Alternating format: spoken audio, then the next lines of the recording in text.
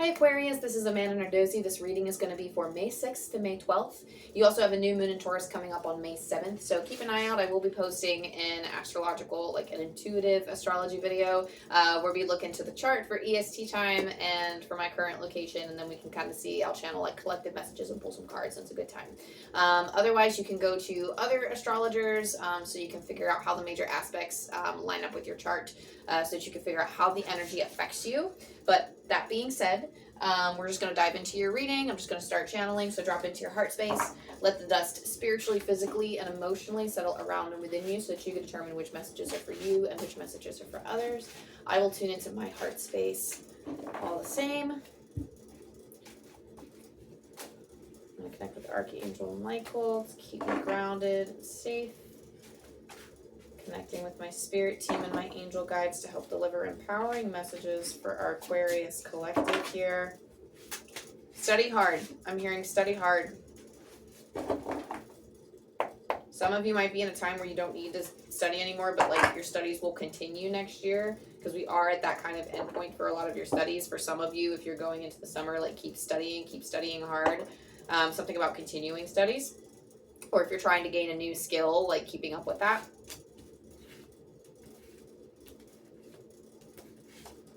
Oh boy, we got some tense energy going on here, but we have some highlights. We have some good highlights here. So the main card is the Five of Swords. So this is tensions with somebody else. Somebody might have differing opinions than you. I'm hearing like they're operating from a different field, so a different perspective. So it's almost like you work in one meadow, but somebody works out in like a farmland. If they're two completely different things and it's not something that can be compared, I don't think someone who operates in a meadow will understand the farmer, and I don't think the farmer can understand what's going on in the meadow because they're in two different locations. And that's kind of the mentality you have to keep in mind when dealing with the Five of Swords energy, is that, you know, whoever you are having tensions with at this time, because Five of Swords does indicate external tensions or some type of strife. This could also be beating yourself up too, actually. But I'm getting more like this could be tensions with other people.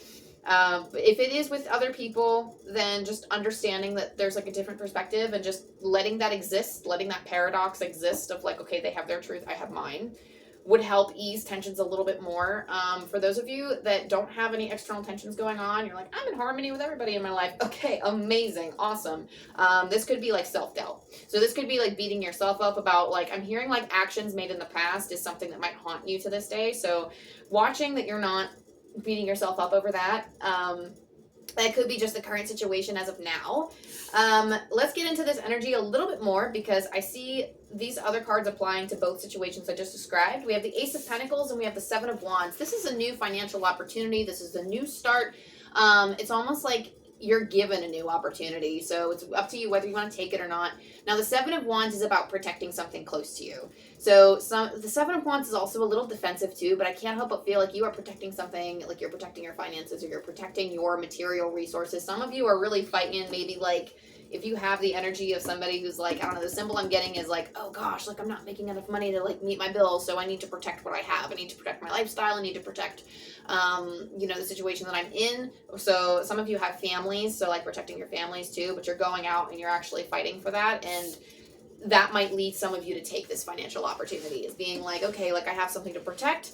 And it's almost like I'm hearing like some of you could be growing. Okay, I don't know why, but I'm getting that some of you are like growing a garden, or like you are physically, symbolically, but I'm getting more of a symbol of, you know, you've just planted these seeds or you are working on something and you're trying to keep it protected and you're not really opening up to the field, you're not really opening up to the public yet, or you're not really showing it off or sporting the goods basically because they're very small, they can be trampled, and you're in kind of protective mode over it. So that being said, that's amazing in itself. That's awesome. Keep doing what you do if that's what you feel. I do feel like you're protecting it for a reason. It's just so I'm hearing like I'm not clowning around, but other people might feel like I am. So I get that you're not clowning around. So I'm hearing like you do you, boo. Like just do you. Keep this protected if you have to. Just try not to spend too much energy fighting off other things or other people, or, you know, just kind of like, it's one of those things where like get your story straight. So make sure that, you know, if being tight-lipped is the name of your game, just make sure you get your story straight and don't offer any don't offer any morsels to people if you have like subconscious hopes that the other person would be accepting when you know that they might not be accepting, if that makes sense. You know what I mean? So it's something about protecting something of yours. I'm hearing you have God-given talents to use, especially when it comes to this Ace of Pentacles energy. So I can't help but feel like you are going to thrive. You have the Four of Wands and you also have the Nine of Cups. So this is awesome because the Four of Wands is a very, very happy card. This is indicating like a happy home, happy family type of thing. I'm hearing it's almost like you had some juvenile situations pop up, or you've had situations you're like, oh gosh, like this almost feels kind of childish to deal with, or it's like, or it's like you're moving out of like a juvenile stage and but I really feel like you're just dealing with like some type of childish energy and you're moving out of it and you're like, oh my gosh, like I'm thriving, I'm succeeding, like this is the thriving card. So you're like, I'm not dealing with that energy anymore. I'm stepping into something new. And the Nine of Cups is having your wishes fulfilled. So it's declaring, I want this, and then having those wishes fulfilled. So it actually has some very happy highlights on top of, despite there's like tensions here going on, I feel like in general, it's just like amazing moves, Aquarius. Like this, like some awesome things are happening for you right now. So that being said, let's dive in and see any extra messages from the universe we have for you with these oracle cards. Excuse me. You have your commitment is being tested, first quarter moon. So, again, some of you are actually creating these obstacles if you're having a lot of self-doubt and beating yourself up. Some of you could have like imposter syndrome going on. For others of you, if that's not the case, it's almost like maybe some external obstacles have been kind of getting in your way, or you've been feeling like challenged by either other people, or I'm hearing like it's been tough to show your face in a crowd, mainly because, for some reason or another. But either way, it's like regardless of how you're showing up or whether you choose to show up at all, like showing up for yourself, that's the commitment. Showing up for yourself and your own goals, that's the commitment.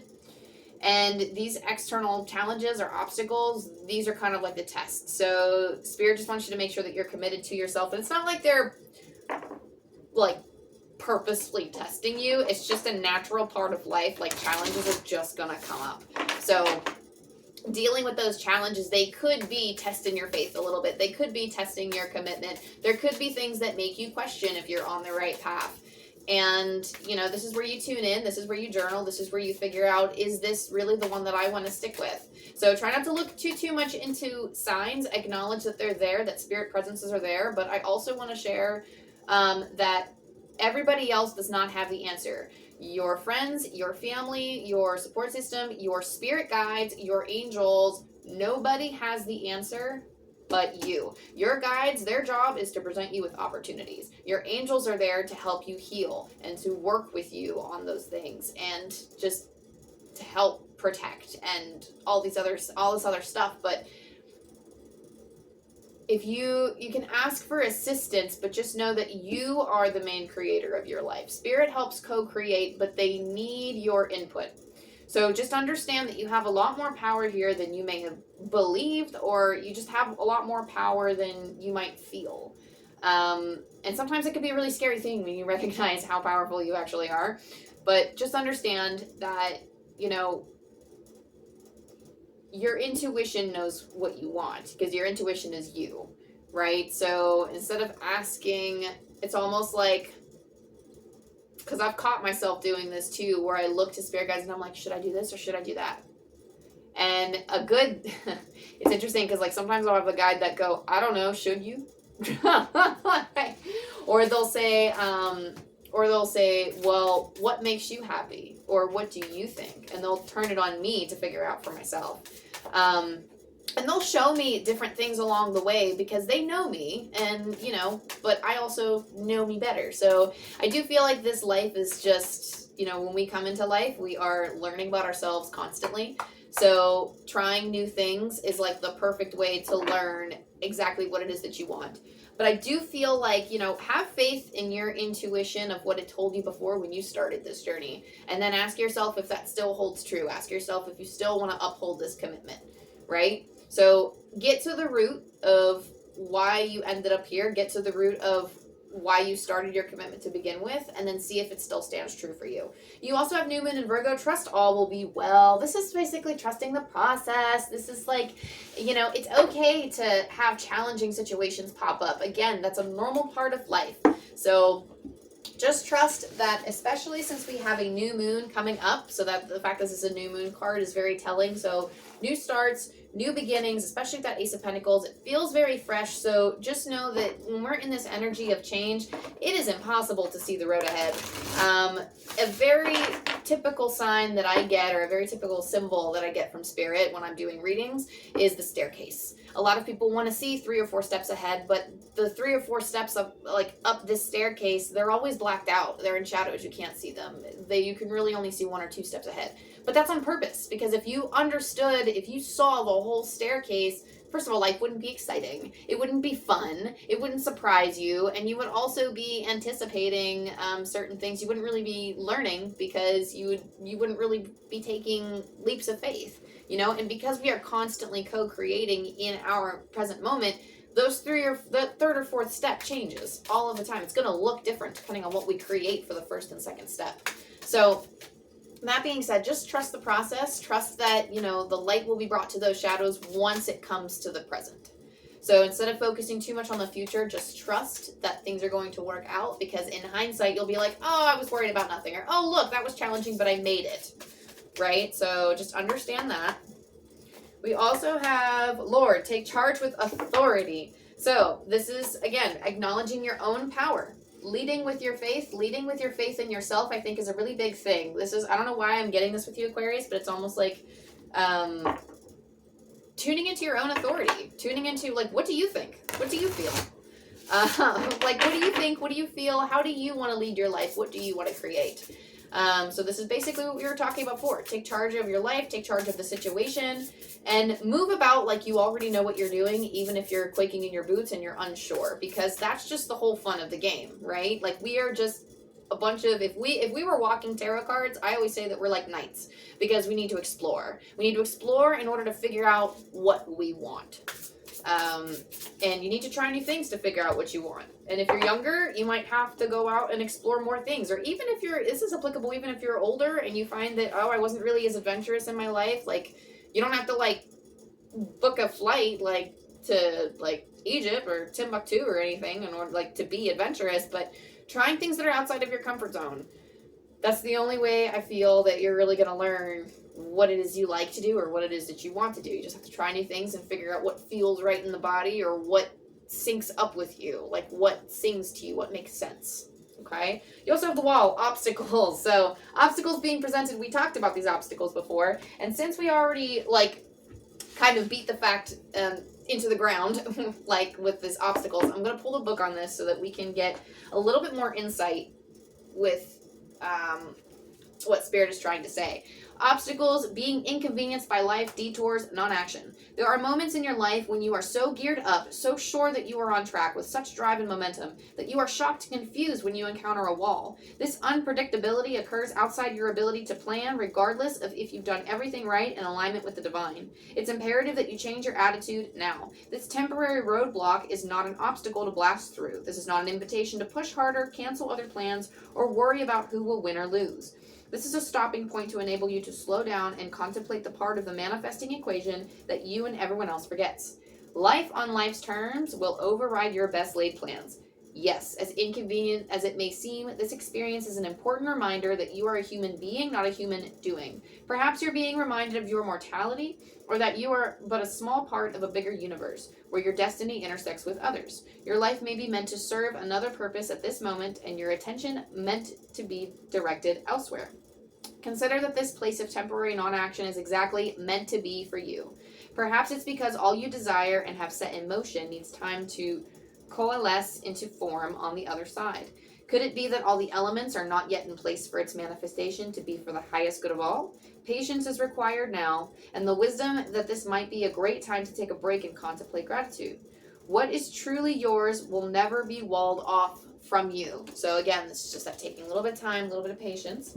I'm also going to roll the angel dice for you and see if there are any lasting messages with that card, or with this reading in general. We have 349. I'm pulling from Angel Numbers by Kyle Gray.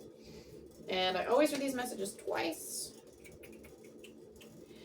You don't need permission to be who you are. You were born to be powerful. Accept it. One more time. You don't need permission to be who you are. You were born to be powerful. Accept it. We were just talking about this. Taking the lead, recognizing your own power, taking charge without looking at other people, taking charge of your own life and recognizing your own power. Oh, this is going to be such a powerful week for you, Aquarius. I'm so excited.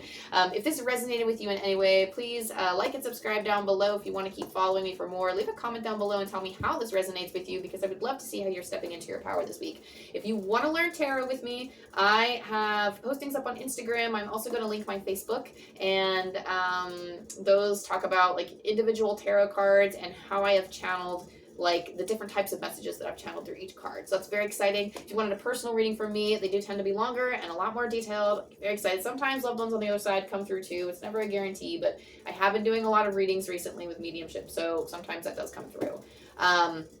But you can follow the website, amandanardozzi.com. That's very exciting. And I can't wait to share your energy if that's a path that you choose to take and sit with me. But that being said, I think that was everything, Aquarius. I love you, I love you, I love you, and I'll see you next time. Bye.